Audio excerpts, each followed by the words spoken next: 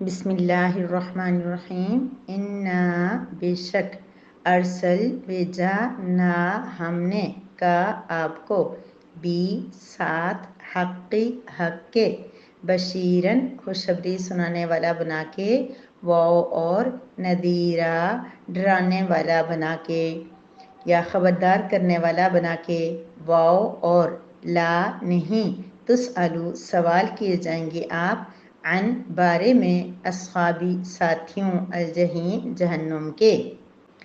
انا ارسلناک بالحق بشیرا ونذیرا، اے نبی ہم نے آپ کو حق کے ساتھ خوشخبری سنانے والا اور ڈرانے والا بنا کر بھیجا ہے۔ ولا تسألوا عن اصحاب الجحیم، اور آپ سے جہنم والوں کے بارے میں سوال نہیں کیا جائے گا۔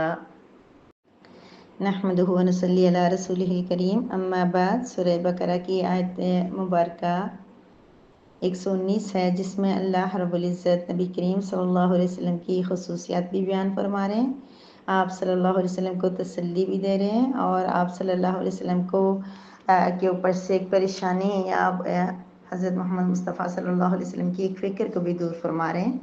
اللہ رب العزت اپنے پیارے نبی حضرت محمد مصطفیٰ صلی اللہ علیہ وسلم سے فرما رہے ہیں کہ اے نبی انا ارسلناک بالحق بشیرا ونذیرا، ہم نے آپ کو حق کے ساتھ، اے نبی آپ حق ہیں، جو قرآن لے کے آئے ہیں، جو بات آپ بتا رہے ہیں، جو آپ کی احادیث مبارکہ ہیں، جو آپ عمل کر رہے ہیں، جو کچھ بھی آپ کر رہے ہیں، یہ سب کا سب کیا ہے؟ حق ہے۔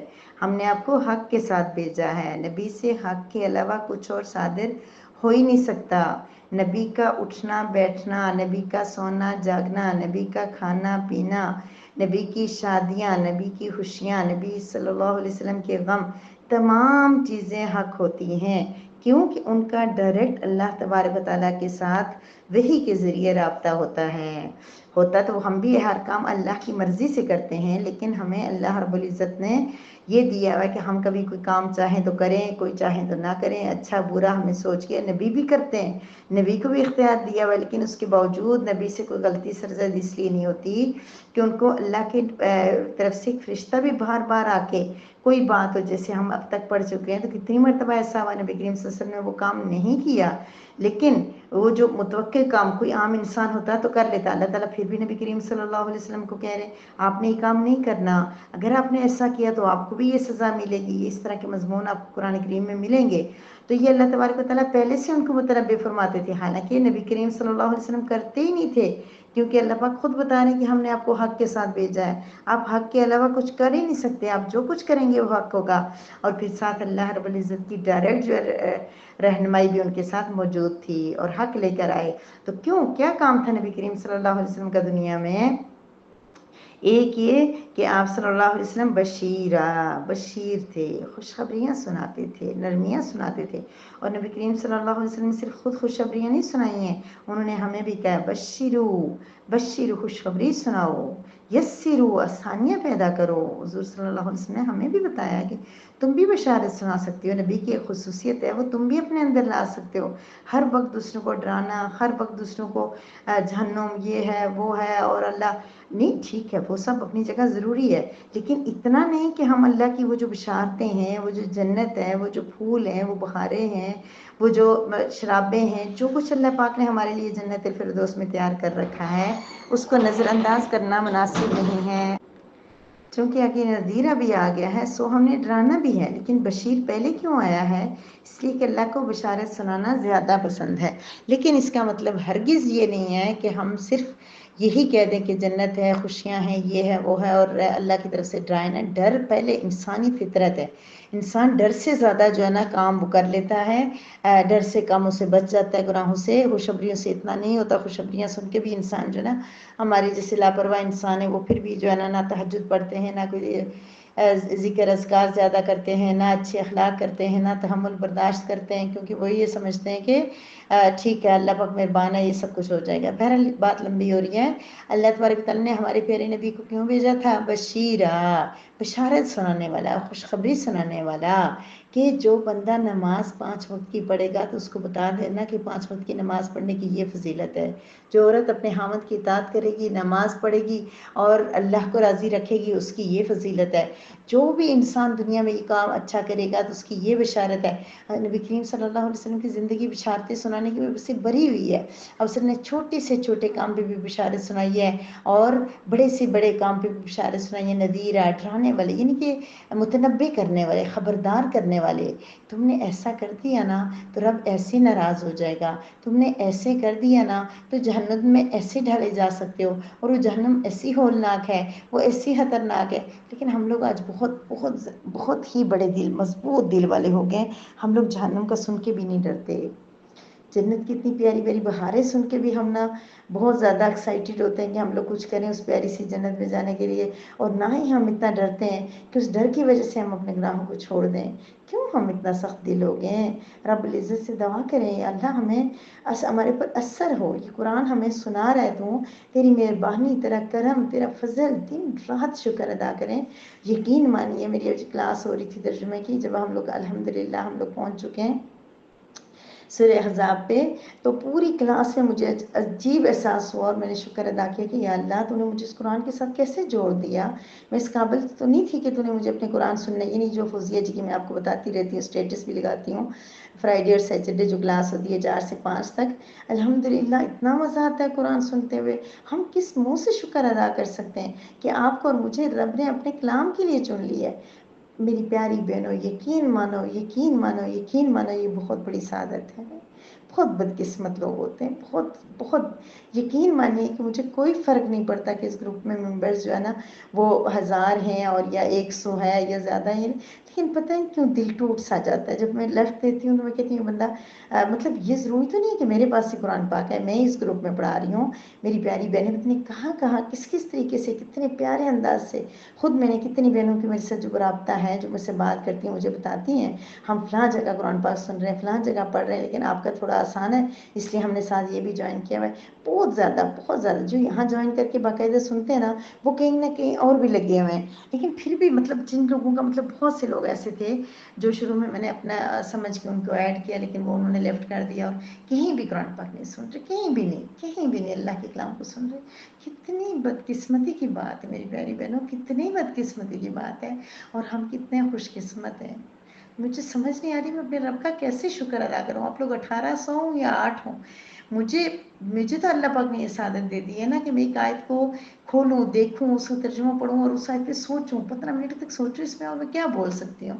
یہ رب کریم کا احسان ہے ہم سب پہ، ہم جتنا شکر ادا کریں کم ہے کہ اللہ پاک نے ہمیں اپنے قرآن کے لیے چنا ہے۔ اللہ ہمیں وقت نکالنے کی توفیق دے، اللہ ہمیں اس کے لیے سوچنے کی توفیق دے۔ کوئی آیت ہم پڑھیں اور سنیں، کاش ہمارے منہ کے اندر اتنی اللہ تعالیٰ اتنی ہمارے اندر قبولیت رکھ لے، اللہ تبارک و تعالیٰ اتنا بولنے میں اثر رکھ دے کہ وہ آیت ہمارے اوپر صبح سے شام تک اثر کرے۔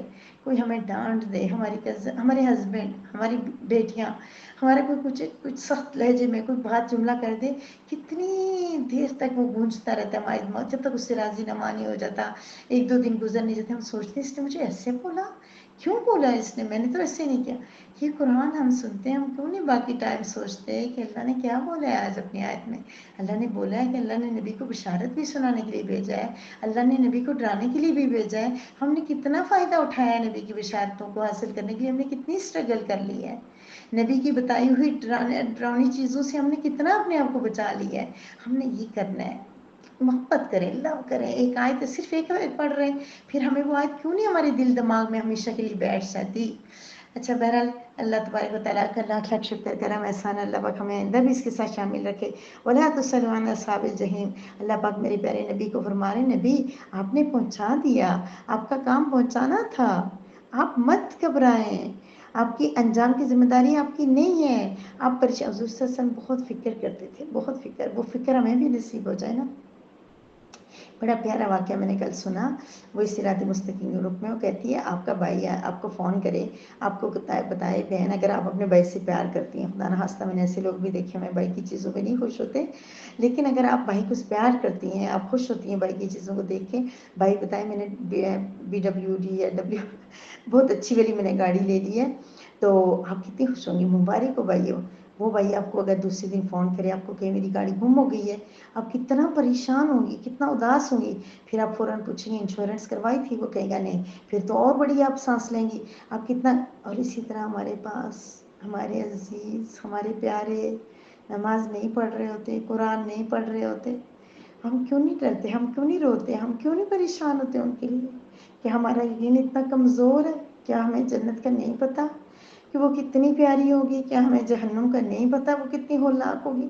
پھر کیوں ہم اپنے آپ کو، کیوں اپنے عزیزوں کو، کیوں اپنے پیاروں کو، اپنے بھائیوں کو، اپنے رشتہ داروں کو، اپنے ہسبینڈ کو، اپنے بچوں کو، اپنی والدین کو، اپنے کزنس کو، بھابھیوں کو، نندوں کو، بہنوں کو، کیوں ہم نہیں سوچتے کہ یہ کہیں جہنم میں نہ چلا جائے؟ کاش! میں اپنے آپ کو سب سے زیادہ کہہ رہی ہوں، سمجھ رہے ہوں گے آپ میرے جذبات سے کہ میں خود کو زیادہ کہہ رہی ہوں. ہم کیوں اس سے پریشان نہیں ہوتے اپنے بہن بھائیوں عزیزوں کے لیے؟ ہمارے نبی بہت پریشان ہوتے تھے، اتنا پریشان ہوتے تھے، اللہ کی طرف سے تسلی آ جاتی، بس کر دیں نبی، بس کر دیں. اللہ ان کو کہہ رہے ہیں آپ سے نہیں پوچھا جائے گا، آپ کوشش کر سکتے ہیں، آپ ان کو دعائیں دے سکتے ہیں، آپ ان کے لیے، ان کو ہدایت کے لیے کوشش کر سکتے ہیں، آپ ان کو گائیڈ کر سکتے ہیں، لیکن آپ کا کام نہیں ہے ان کو جنت میں پہنچا کے دم لینا، جہنم سے نکلوا کے دم لینا آپ کا کام نہیں ہے. آپ کا کام صرف بشارت سنانا ہے، ڈرانا ہے، آپ کی ان کی مرضی. تو ہم لوگ تو اتنا کر ہی نہیں رہے، تو ہمیں کس لیے اللہ تعالیٰ کہیں گے؟ ہمیں اللہ کہہ رہے ہیں کہ تم نا زیادہ سا بشارت سناؤ تاکہ تمہارے عزیز جو ہے نا اس بشارتوں میں بڑی چیزوں کو لینے والے بن جائیں. تم زیادہ ڈراؤ تاکہ وہ ڈرنے والے بن جائیں. تو بہرحال اللہ پاک حضور صلی اللہ علیہ وسلم کو تسلی دے رہے ہیں، فرما رہے ہیں نہیں آپ سے پوچھا جائے گا اصحاب الجحیم، اصحاب ساتھی کو، جیسے ساتھی چمٹا ہوا بالکل قریب ہوتا ہے نا انسان، جہیم جہنم کے ساتھی، یعنی جہنم کے ساتھ جو ہمیشہ چمٹے ہوئے اس کے ساتھ ہے، ان کے بارے میں آپ سے نہیں پوچھا جائے گا. نبی آپ اتنا پریشان نہ ہو. کاش نبی تو پریشان ہوتے تھے، پھر بھی اللہ اتنی تسلی دیتے تھے، پھر بھی آخر تک میرے نبی روتے رہے، دعائیں کرتے رہے، گھبراتے رہے، آخری وقت بھی یا اللہ امتی امتی ہمارے لیے جو وہاں تھے ہی نہیں. کون سے چچا تایا ماموں خالہ، وہ تو ہمارے لیے پریشان تھے جن کو انہوں نے دیکھا نہیں تھا. ہم تو اپنے عزیزوں کے لیے پریشان نہیں ہوتے. تو ہمارے نبی تو دعائیں کرتے تھے، ہم دعائیں ہی کر لیں، میرا رب سنے گا، کبھی تو سنے گا. ہم نام لے کے کیوں نہیں کہتے ہیں اللہ میرا فلاں بیٹا، میری فلاں بیٹی وہ اس چیز پہ کیوں نہیں آ رہی، وہ راہ راست پہ کیوں نہیں آ رہی؟ تو رب کریم سے ہم نے مانگنا ہے، ہم نے بشارت دینی ہے، ڈرانا ہے، اور رب سے مانگنا ہے کہ اللہ اس بشارتوں والی جنت میں پہنچا دے، یا اللہ اس ڈرنے والی جہنم سے ہمیں بچا دے. تو اللہ تبارک و تعالیٰ سے دعا کریں. پر نبی کریم صلی اللہ علیہ وسلم چونکہ کفار و مشرکین اور خاص طور پہ یہود و نصارہ، ان سب کی جو جہالت تھی نا، ان کی جو انات تھا، ان کی جو ضد تھی، ہٹ درمی تھی، اس کی وجہ سے آپ کے دل پہ تنگی ہوتی تھی، ان کے ایمان نہ لانے سے آپ کو پریشانی ہو جاتی تھی، غم ہو جاتا تھا. تو اللہ تبارک و تعالیٰ نے ان کو تسلی خطاب کیا اور تسلی دیا، فرمایا اے نبی ہم نے آپ کو ایک سچا دین دے کر، بالحق کی یعنی سچا دین کر مخلوق کی طرف بھیجا ہے. یہ جو مانیں گے ان کو خوشخبری سنائیے، جو نہیں مانیں گے انہیں ڈرا دیجیے. کیونکہ اور لیکن جو جہنم میں جانے والے ہو جائیں گے نا، ان کے بارے میں آپ سے کوئی باز پرس نہیں ہوگی، انہوں نے کیوں دین کو قبول نہیں کیا، کیوں جہنم میں کیے. آپ اپنا کام کریں، آپ اپنا کام کریں، ان کے ماننے نہ ماننے کی ذمہ داری آپ کی نہیں ہے. آپ کا کام اللہ کا پیغام پہنچانا ہے، اور ماننا نہ ماننا بندوں کا اپنا کام ہے، اور حساب بھی بندوں نے خود دینا ہے. قرآن پاک میں بہت جگہ پہ اللہ تبارک و تعالیٰ نے ایسی آیات نازل فرمائی ہیں. اللہ تبارک و تعالیٰ عمل کی توفیق عطا فرمائے. وآخر دعوانا الحمد للہ رب العالمین.